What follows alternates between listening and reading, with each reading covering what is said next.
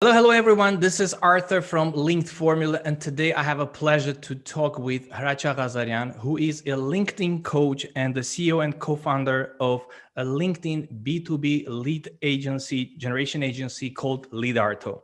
Welcome, Hrachya, and it's so much pleasure to have you on this call. Hello, Arthur, and it's actually my pleasure to be on this call. Thanks for having me here. Well, first of all, thank you so much again for finding time. You are a very busy person, so it took a while until we were able to coordinate this interview with you. But yeah, so we made it through and here we are. So Thank you. just to give you kind of little backstory for the benefit of those who are watching us and listening us, so how we met and why we're doing this interview. So funny enough, I met Hrachya recently on social media and we happened to be in the same group, but we didn't realize that we are a member of the same group. And this guy actually helped me with a question back then. So he jumped in and offered his solution and we ended up on the call. And it was not a sales call, obviously. It was a friendly call and we kind of had a friendly chat and we chatted a little bit about business. And I enjoyed that conversation with you, to be honest, back then.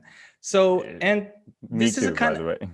yeah, and this is kind of great example of how social media can be, like how powerful it can be and how the connection you have can be powerful and you don't even realize. So, and the reason why I thought that it's a kind of good idea to bring you to this interview and interview you is because first of all, it will add a tremendous value to my audience and for those who will be watching and listening this interview in future.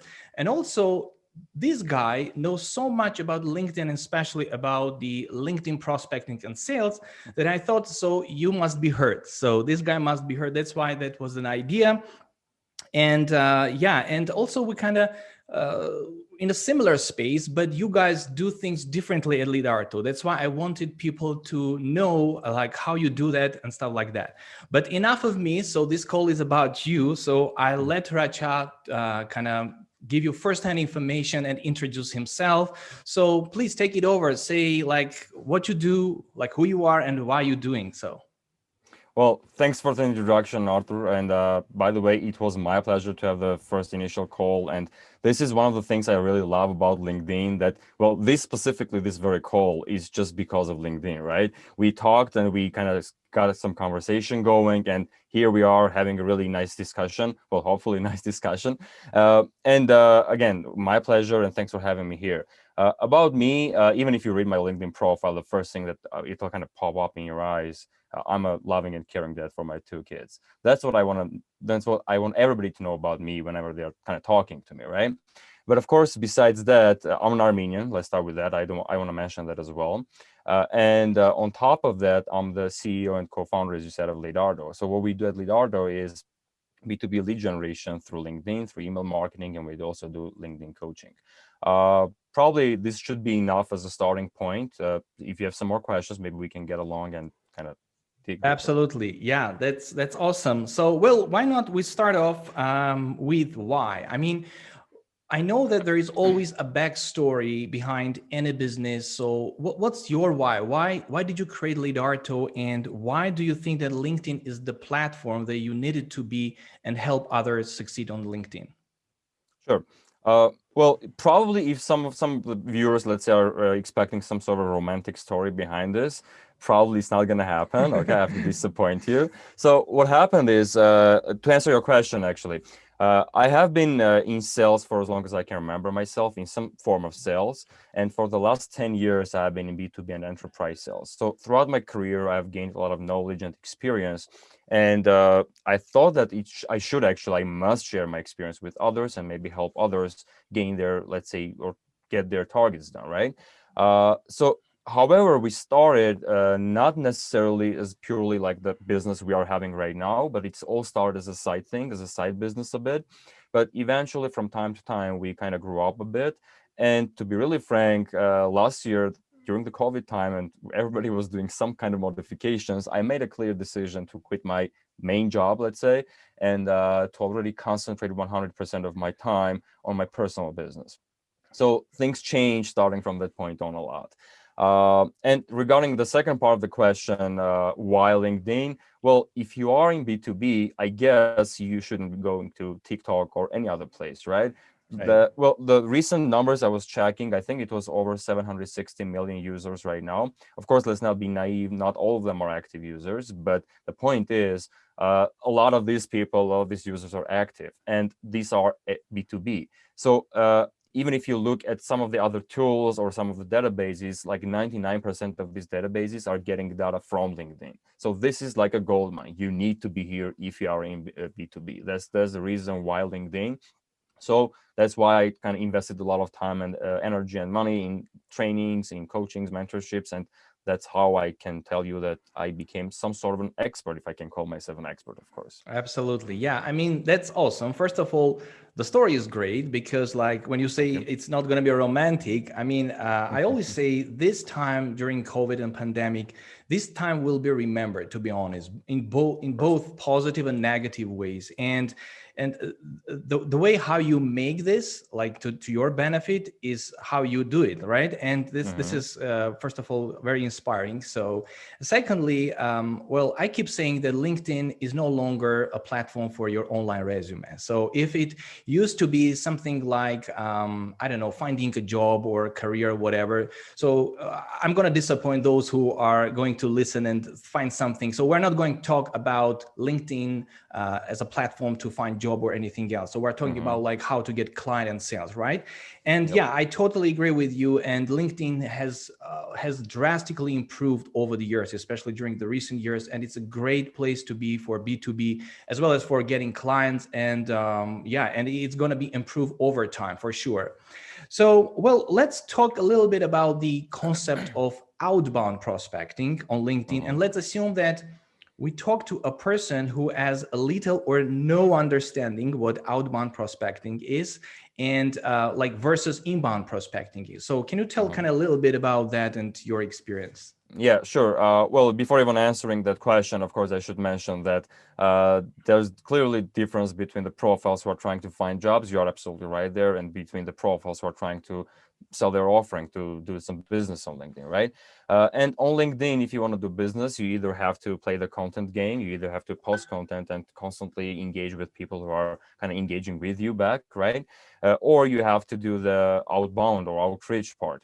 Well, if really easily like put, the inbound part is the thing that you put out content and you wait others to come to your door and knock on your door and say, hey, what you got?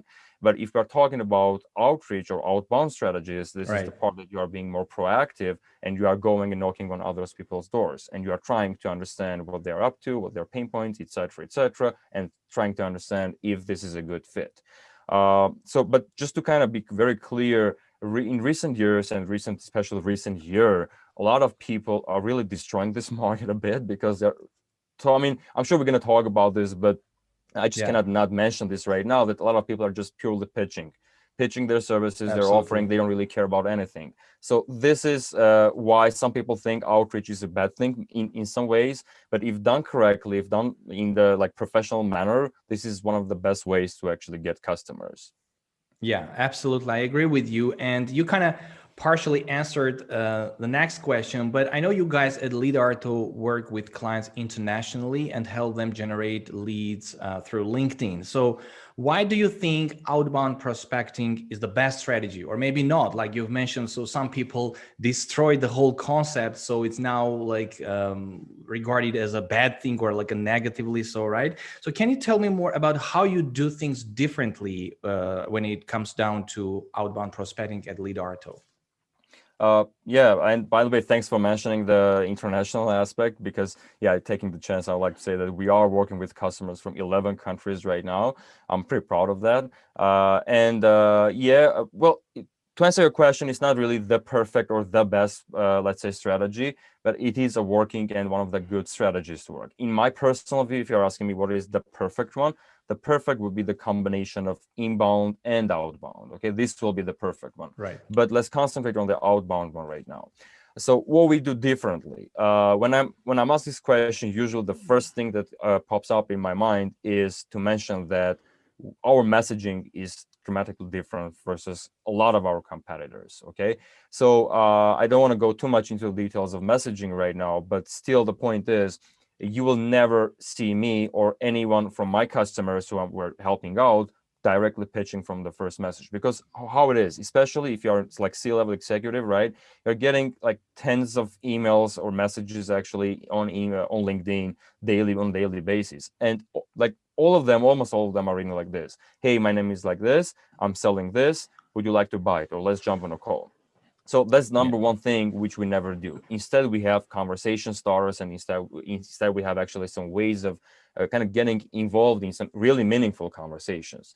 Plus, we also have a qualifying process, which means that instead of just saying, hey, would you like to jump on a call without any prior history, which really is not really qualified call, we start to qualify them and we start asking questions, trying to understand what are the pain points, what are the bottlenecks. Maybe they don't even need our help. Maybe they are doing something better than we can suggest or offer to do, right? So, and usually whenever I'm having time and people are pitching me, especially lead gen, my domain, I usually like to tell them, hey, if you don't know my situation, if you don't know what are my pain points, if you don't know what I'm struggling with and where I want to be, how can you offer a solution?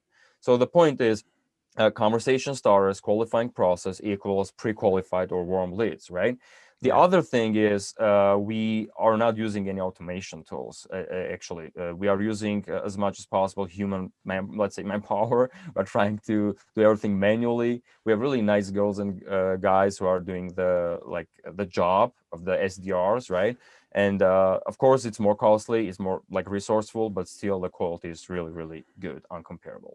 Yeah, that sounds great. I mean, you've brought so many good points, and I'm sure we're going to talk about like the messaging, the how to start a conversation on LinkedIn, which is a kind of hot topic, and also like pitching. So I am getting so many messages throughout the day, and the funny thing is like people would pitch me without going to my profile and seeing like what I do. Hey, do you need any help with LinkedIn? So it's so funny when they don't even like go really to see. crazy, Yeah, that like, hey man, the other day the guy was pitching me real estate. I said, hey dude, I'm not in a real estate, and he said, oh my bad, it was kind of, I don't know, automation thing, whatever. So I'm saying though, so people don't do their research at all, and it's you're right. So it's not about all automation, but uh, for the listeners and those who are watching us right now, I mean, can you share some actionable tips or techniques, like quick actions that they can take it away and implement and start getting like results, at least some small results? Because there are so many strategies, so many tactics people are talking about, but you need to do these, you need to set up, you need to prepare. But are there any, I'm always like a proponent of any quick or fast tips or action that you can share that it can take it away and start doing right away? I'll actually do a bit of a cheating right now. Why cheating? Because literally today there was another guy who approached to me, a fellow Armenian who was just starting this, and he was asking me, okay, what like great advice would you give to me, right? So first two things actually that popped up in my mind is, if you are doing prospecting on scale, you should be using some sort of a system, like it can be a CRM, it can be like whatever you want, right? So in our case, we use a paid CRM system because it's much easier for us and it's really worth it. But you don't even have to do that. I mean, you can use, well, some CRMs are offering to a level like free options, I believe. But even if not a CRM, you can use like Trello, you can use like Google Sheets, like whatever the case is. Like, well, the worst case, probably a piece of paper, but not preferable, that one. But the thing is, if you are prospecting on scale, which means you are not talking to, let's say, 10 people per month, which means you are talking to close to 1,000 people per month. Technically, theoretically, it's not possible to remember all these conversations. And if you don't have a system which is backing it up, eventually you will lose track of conversations. And you are on LinkedIn, you are active on LinkedIn, and whoever else is active on LinkedIn will confirm that LinkedIn's inbox is terrible. You're going to lose all the conversations. Even with CRM system, trust me, every now and then, like one or two conversations are kind of getting lost. Or we're like, where the hell is this person, right? So this is probably going to be my first thing. If you are using prospecting, or if you're going to be do like outreach on LinkedIn, make sure before even you start, you have some sort of a system to kind of back it up. The second thing, again, cheating and taking from the advice earlier today, I would say follow-ups are really being underrated. Maybe it's kind of, you were expecting some sort of different answer here, but I'm more maybe giving a bit of a like common sense recommendation here. But trust me, a lot of people are really not doing it, or doing it maybe not correctly. So in many cases, and don't get me wrong, I mean, many times people when don't get back to you, it's not they hate you, they don't want to talk to you, but the point is they are just really busy. Especially if you're prospecting, there is a high chance you're going to be prospecting C-level executives, right? So these people are getting like tons of emails and messages on a daily basis, so you need to fight for that attention. So maybe they wanted to talk to you, but the kind of got lost, right? So you need to follow up. And again, kind of referring and tying the CRM and follow up together. If you don't have a CRM, you won't be able to follow up actually. But I want to talk about also just slightly in really short about the follow-up types, because when I say follow-up, a lot of people think it's a message like this long, etc. No, it can be, of course, like 1 or 2 messages, which means like in my case, for example, I'm not gonna lie, say like first one is really like random, like, hey, like, have you seen my message type thing, right? The second one could give some sort of a hint what I was gonna talk about. So maybe if I'm talking to you, I would say, hey, Arthur, like I was trying to get if you are interested in organic leads, right? Of course, I wouldn't do that to you because I would have done my research on you, just kind of example, right? Yeah, nice. But the other thing is, I keep saying that you can also follow up with people through other means. Like LinkedIn is giving really good opportunities in this sphere. So really simple examples, just visit their profile. They'll get a notification there, right? Or I don't know, just endorse a skill. If this person is posting content, just like that content or make a really meaningful like comment on their post. This way, guaranteed, you will pop up in their feed and you, I mean, in their notifications. And isn't this a follow-up? This is a follow-up, right? So follow-up, CRM, and the combination of two probably would be the shortest takeaway, let's say, that people can implement from like day 1 or day 2. Yeah, these are really great tips, to be honest, because they seem to be simple, but don't like overestimate the power. I should say underestimate the power of simplicity. Like when you say, like when you endorse the skill, so LinkedIn would send you a message like, hey, say thanks to the one who just got. So it's like another message and notification that appears like as a red dot on your profile, and like it's scientifically proven, like it's crazy, but like we're so addicted to these red dots on our profiles. Yeah, like the same with me, I mean everyone, because it's made on purpose, right? So, and people nilly-willy, they would go and like check that out, so who endorsed them or who visited their profile. So these are two things that, yeah. And the follow-up as well, actually, it's not my own words, I've kind of stole those from others. I don't remember the source, to be honest, but they say the follow-up is not in the list, but the follow-up is sorry, the money is not in the list, but the money is in the follow-up. So they used to say that if you have a big list, for example, like I'm talking about an email list, so the money is in the list. But I mean, if you have a dead list, so who cares, right? So you have to follow up with people, you just to remind them. That's really awesome, and these are really actionable steps. Thanks for that. And this leads to one of the most important pieces of LinkedIn marketing overall, which is your profile. And I called sometimes kind of a beacon or a magnet of your client attraction, right? And to this date, I'm so surprised to see so many profiles are not optimized at all. When I talk, no, I'm saying not optimized, it's really not optimized. And again, it's to like clarify, not optimized. Yeah, really, like, and I'm not talking, to clarify, about, again, optimized for employers, recruiters, or finding jobs, stuff like that. So we're talking about the client and sales. So from your experience, why, first of all, why do you think LinkedIn profile is important? So we know it's important, but why? And how do you do things differently at Leadarto again? And do you guys actually provide the so-called profile makeover services? Okay, thank you. Well, LinkedIn profile, you are absolutely right, is very critical. And recent studies show that a person spends about 3 to 4 seconds on your profile. So within these 3 to 4 seconds, your profile needs to, I mean, sales-oriented, let's say a business-oriented profile needs to answer one simple question: why I should give you my money, why I should hire you, right? So this is the answer that, I mean, you should answer.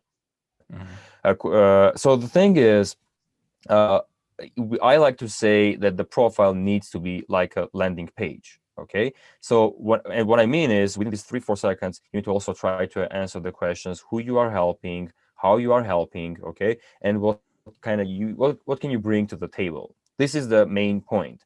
And of course, not going into the whole details of this, let's say, summary of the profile, but I'd like to really take a chance and mention 2 big things, which in my personal opinion are very critical. The sweetest spot probably possible on LinkedIn's profile is your cover image, your background image. So this is a very good place to showcase your expertise or show your skills, or your, not really skills, but maybe your services offering you're trying to get to the customer, right? And the second thing is your summary section. I like to say, again, it should answer some questions like how you are going to do it, or why they should be working with you, right? Or what will be the outcome of working with you. But there is one thing that we kind of answering in a bit, like your question, what's different about us. It's not really big difference maybe, but I like to say that you need to have some sort of personal touch to your summary section. Right. And I can tell you why I came to this conclusion, to be frank. It was on my own example, because what happened is when I was trying to write my own summary section, and again, the first thing I popped up in my mind was about my kids. So at that time, I swear I didn't think even about the importance of personal touch in the summary section. So I just kind of did whatever I felt like. I was just being myself. But what happened is afterwards, I got like literally like hundreds of messages and feedback from people, customers, non-customers, friends, that, oh, wow, this is cool that you're talking about your personal thing here. So we started testing with a few profiles, and we came to the conclusion that this is really, I mean, important, because no matter if it's enterprise or B2B sales, again, we all know this, that people are buying from people. So they want to understand it's not a robot behind it or sales machine. They are talking to a real human being, which is, like in this case, which is me or you or whatever the case is, whoever the case is. So this is why it's really important. Regarding your probably last section of your question, are we providing this service? Well, this is funny because a few weeks ago, I did a poll on LinkedIn. I don't know if you have seen it or no, but yes, I did. yeah, saying that should I have this service like as a paid service, let's say, like profile makeover. So even though the results of the poll were positive and people were ready to pay, I believe somewhere from 100 to 200 bucks for this, but still as of right now, I'm not providing that service. But we do provide really detailed profile audit, which means it's not a template, it's not a checklist. I personally go into your profile, check all the details, starting from URL, images, quality, text, everything. And I provide you like maybe 10 to 15 point recommendation what needs to be modified. But the modification itself is done by the customer at this stage. Yeah, that sounds good. I mean, actually, I found it interesting when you mentioned that you put the fact about your kids and it's like the personal touch. This is so interesting. I mean, at first hand, you might think that, yeah, this is kind of professional business. You don't talk about your personal life, so it should be all but like, funny enough, LinkedIn itself, if you go to like LinkedIn help or support documentation, you would see them encouraging you to talk about your like, not like too much personal life, but like your wins, losses, your transformation. And this is, again, like, yes, it's not B2B, it's like they say it's P2P, like from people to people, right? And it's really interesting. But I also like keep to say, this is maybe a little bit different approach. I would say that LinkedIn profile is not about you. It's all about client, which actually goes hand in hand with what you said in the beginning. Like the first thing when someone goes to your LinkedIn profile, they want to see what's in it for me. So how can this person help? So if you take that perspective, then yes, the LinkedIn profile should not be about you, like how great you are, stuff like that. So it should definitely tell what you do and how you can help, but also it should have a personal touch. So it's a sort of a combination, if it makes sense. So that was Yeah, great. I agree with you. Actually, it's a bit difficult to come up with a perfect, let's say, match, but that's why you need to test a lot. You need to kind of see what works actually, and what the most important thing is, it needs to resonate with you. Actually, it doesn't matter really what because you can't really measure it, how successful it is, but you can measure how it resonates with you. So it should resonate with you. Yeah, and another thing, since we're talking about the profile, I think that would be useful as well for those who are watching and listening. So I don't know about you, but what I've found, like, I kind of testing, so I love testing, and every like 3 to 4, maybe 5 months, so I changed like my summary or maybe headline and see how it works. And every time I change, my traffic kind of sinks because like algorithm tries to understand now who I am or what I'm doing. I'm not saying that you should change drastically what you are doing, but Hmm. you would not, you will change it anyways, because first of all, your business changes, your goals are changing. You cannot stay Hmm. in the same, for example, you are different last year than you're going to be this year or next year, right? So Of you course. modify, you like fine tune your message, your whatever, right? So, and you have to change your message and your profile accordingly. And each time I do, so I see some kind of slight difference in traffic, and then it stabilizes. So algorithm starts to stabilize. And another thing which I would also suggest, there is like a section, I'm sure you know, but like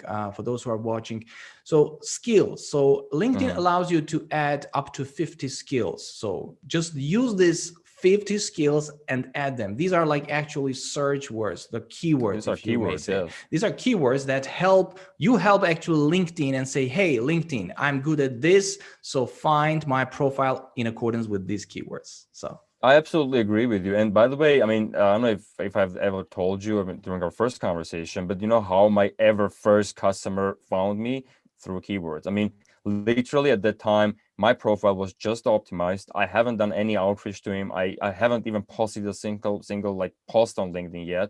And what happened is this guy sends me like an invitation. I connect with him, and he says like, well, close like to literally, hey, I saw your profile. You said I can help you generate leads. Well, roughly speaking, how can you help me? I'm like, wow, this is cool. I mean, I didn't do anything. He just kind of searched for these keywords, yeah. B2B lead generation, and found my profile. So this is how important it is. And I mean, this is a true story. My first customer was from like a keyword search, and he found my profile. So this is how important to have like really keywords and optimized profile on LinkedIn. Yeah, absolutely. Like imagine if you optimize your profile so really well. So I mean, I'm not saying you're gonna get clients every day, but like it's really important. And yeah, Yeah. that's really cool.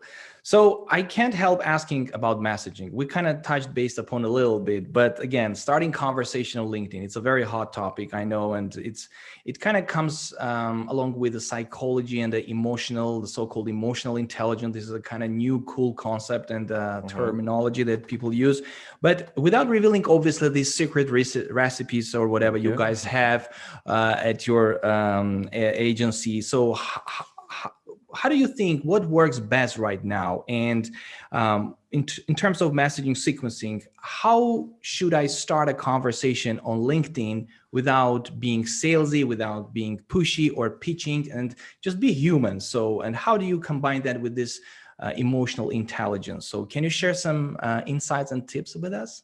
Sure. Well, before I even answer the question, thanks for not asking the secrets for the secret sauce. Okay.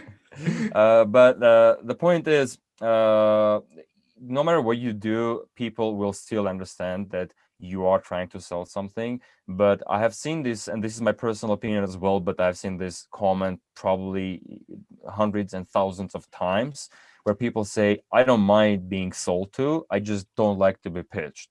Okay. Right. So rule number one, do not pitch. We already got that covered, right? So how to start conversations? We do not use any templates, any like specific set of questions we have for customers. So let's say if I'm working with 50 customers, I have 50 different conversation starters. This is critical. Okay. And the way I like to construct this messaging is I like to ask my customer, imagine you are in a physical networking event, right? Not virtual, real Yeah. physical event.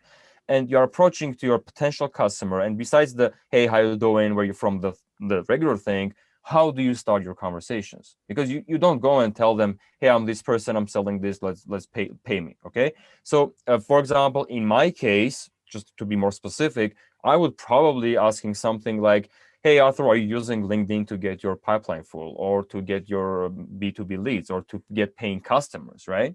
Right. Of course, I'm not going to go into the details of all customers we're kind of working with, but I have, let's say, well, let's call it like two logics I can have in a messaging sequence. First of all, and most importantly, they need to be very short. Okay. Some people are mixing up email marketing with LinkedIn marketing or LinkedIn messaging, whatever. The thing is, it needs to be maximum 2 sentences, preferably to have only one sentence. Okay. And it should be either yes or no answer. It requires yes or no answer, or it can be either or answer or question. So my question I just brought up was like the yes or no thing, but we can ask them maybe, are you doing this or are you doing that? Let's say the challenge and the most difficult part is to come up with that correct question, because first of all, it needs to be in the domain, within the topic, and if possible, it needs to also show your expertise. So maybe you are, I don't know, like, or let's say this is a market, like I know you are LinkedIn like guru or whatever the case is. If I want to start talking to you, I'll probably ask, hey, are you doing outreach or are you doing like the content game, right? So this is like the either or option. And there are two reasons why I recommend doing this. The first one is, like you mentioned, is more of the sales oriented and like the psychological thing, because if it's easy for me to answer that question, I'm more likely to answer that question, of course. And if I'm answering that question, I'll just keep talking to you. That's a more psychological thing. But there's also like the second thing, which is more of a technical thing, because from experience, I can tell you that if your response rate on LinkedIn is too low for some period of time, eventually what will happen, LinkedIn will suspend your profile or limit your profile to a level. Why? Because they believe you are spamming people. And to an extent, it might be true. So in order not to get into that position, you need to make sure that people are responding to your messages. Okay. So for that reason, it's really easy to start conversations like that with easy questions. And again, just to be clear, the aim of the conversation starter is to start a conversation, is not to sell anything, is not to offer anything, not to ask for anything. It's just kind of to start a conversation. So that's the part of the messaging that probably is the most important and crucial one. And after that, of course, we just go with the qualifying process, which is again different from business to business. But the point is set of questions that you could ask your potential customer to understand, let's say, if he is the correct person to talk to, what are the pain points, what are the bottlenecks, what is the expectation or what is the outcome he's trying to achieve. Whatever the case is, you try to pre-qualify them. And just to be clear, I don't believe it's possible to 100% qualify a person on LinkedIn, but I do believe it is possible to pre-qualify to a level that you already warm it up a bit and you understand that he wants to have a conversation. And this is a fact that in 99.9% cases, when we ask, would you like to jump on a call? The answer is yes. Why? Because we don't ask it early. We wait until the person is ready and he wants it, then we only ask, would you like to jump on a call, and kind of discuss this in more details. I hope I answered your question There you go. in as Absolutely. much details as I could. Yeah, there are so many teaching points here. Thanks so much. That's really. I hope this is really helpful for those who are watching and listening. And yeah, just kind of add to that. It's really, it's not the email marketing. So you cannot really spam. And I'm glad that LinkedIn made it this way, because imagine what it could happen, right? So, and I guess this is also a part of the so-called social selling index that LinkedIn has in place. This is SSI score.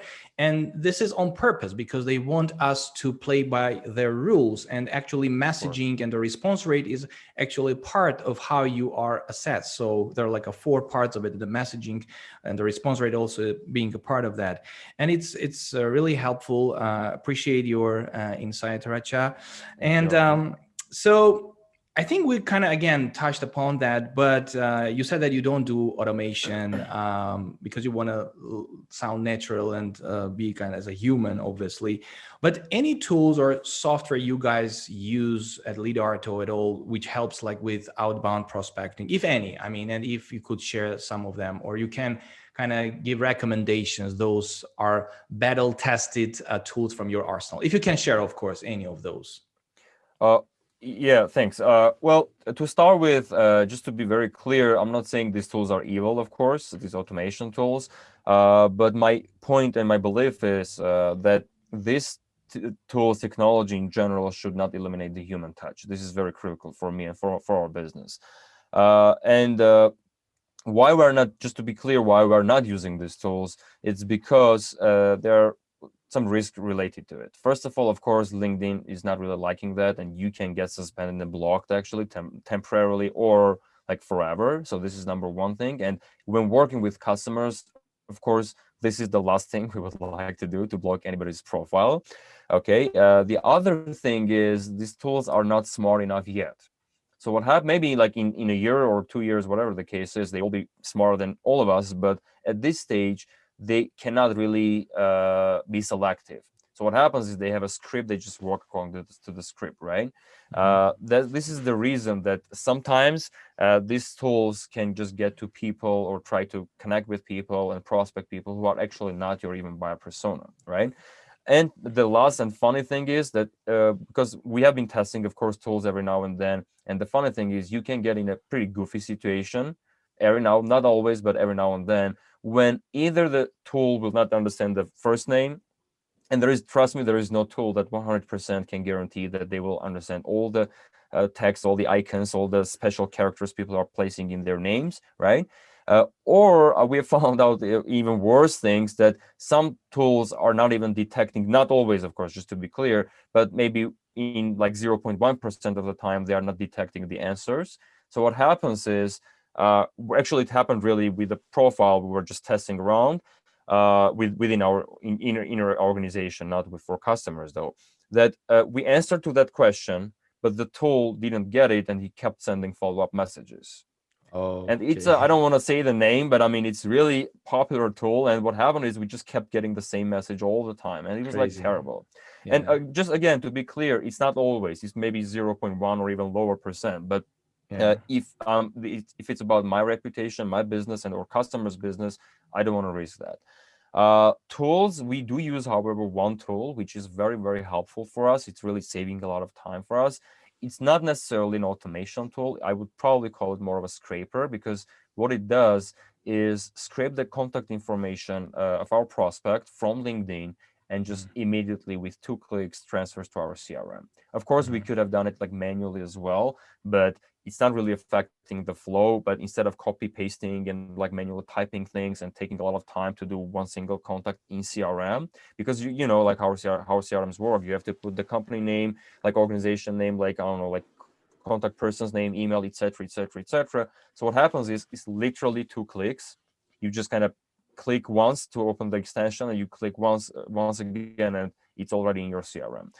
Not sure if I should, I don't know, do you want me to tell the name, or it's called Link Match? So Yeah, just whatever in you case, find I don't useful. work, Yeah. I don't work for them. I don't have any referral, whatever the case is. I Yeah. mean, I'm just kind of using it for my own business, just to be clear. But this is the tool that I'm using for my everyday business. Other than that, I don't want to say specifically or recommend any specific tools, because actually, if you don't mind, of course, but because this is really against our strategy, against our working style, and we just don't use it ourselves. We test Yeah. it every now and then, but, and again, to be very clear though, these tools are much cheaper than the real people working for us. Because well, 50, for example, like the average price for an automation LinkedIn tool is about like what, $50 maybe. For like regular person, you might think, okay, this is $50 per month, this is pretty decent amount maybe. But if you're looking at it as a business, $50 is not really a big deal for lead generation business. But if you're paying to the like virtual assistant, SDR, whatever the case is, I mean, really many times more than that. But this is the way we do business, and we prefer to pay more to have lower margins, but to be safer and to be like of higher quality. Absolutely. Well, reputation and brand matters. Oh, absolutely. I agree with you. So, I mean, you cannot risk the client's account. Like you said, this is the last thing you want to have the client's account blocked and stuff like that. So, yeah, I mean, you do the stuff like in an organized way, but you do it like a smart way, just so the account is safe as well as you get a result. So that's so cool. Well, wrapping up this conversation, Hrachya, what would you say or recommend to our listeners or those who are watching right now? What is kind of one thing or maybe 2 things that people should know or have or do, I don't know, just to be successful on LinkedIn as a platform? That's probably a good question. Not probably, it is a good question. But I would probably say actually just be active on LinkedIn. because there are many people, and it was about me like a couple of years ago as well. I have been on LinkedIn since I believe 2011, maybe for over 10 years. But for the first 5 years, I was totally a side viewer. And I was one of those people who didn't even like posts because I didn't want others to know what I'm liking, what I'm following, etc. I thought it's, I don't know, it's a private thing, it's a personal thing. I don't know, it's a mentality, I guess. But I've realized that the more you use it, the more opportunities are coming. Actually, again, this very like conversation we're having right now is Right. if any of us were like side viewers, we would not even like talk to each other right now. Yeah, that's a great example, right? Like I've said in the beginning, we literally met recently on social media. Beside the fact that I am Armenian too, I mean, with the background, but I mean, I wouldn't know Hrachya if I wasn't like active on social media, and he wouldn't jump in and help me with like his solution. So that's living example. So sorry to interrupt, but yeah. No, that's cool. That's my main point, and I do agree with you. This is really about networking, and we need to look at it like not really just social media, but really good opportunity to network with people, because it's not I mean, let's be really honest right now. If whenever we're doing a post, whatever the case is, right, we really are getting happy when it's getting a lot of engagement, right? A lot of engagement, people are commenting, etc. Like today, you have commented there, actually my first video ever on LinkedIn. Yes, Actually, that was going awesome. to be my second one. Yeah, thank you. So the point is, yes, you're getting like really happy. Oh, cool, people are liking it. But the bottom line is, this is about real networking.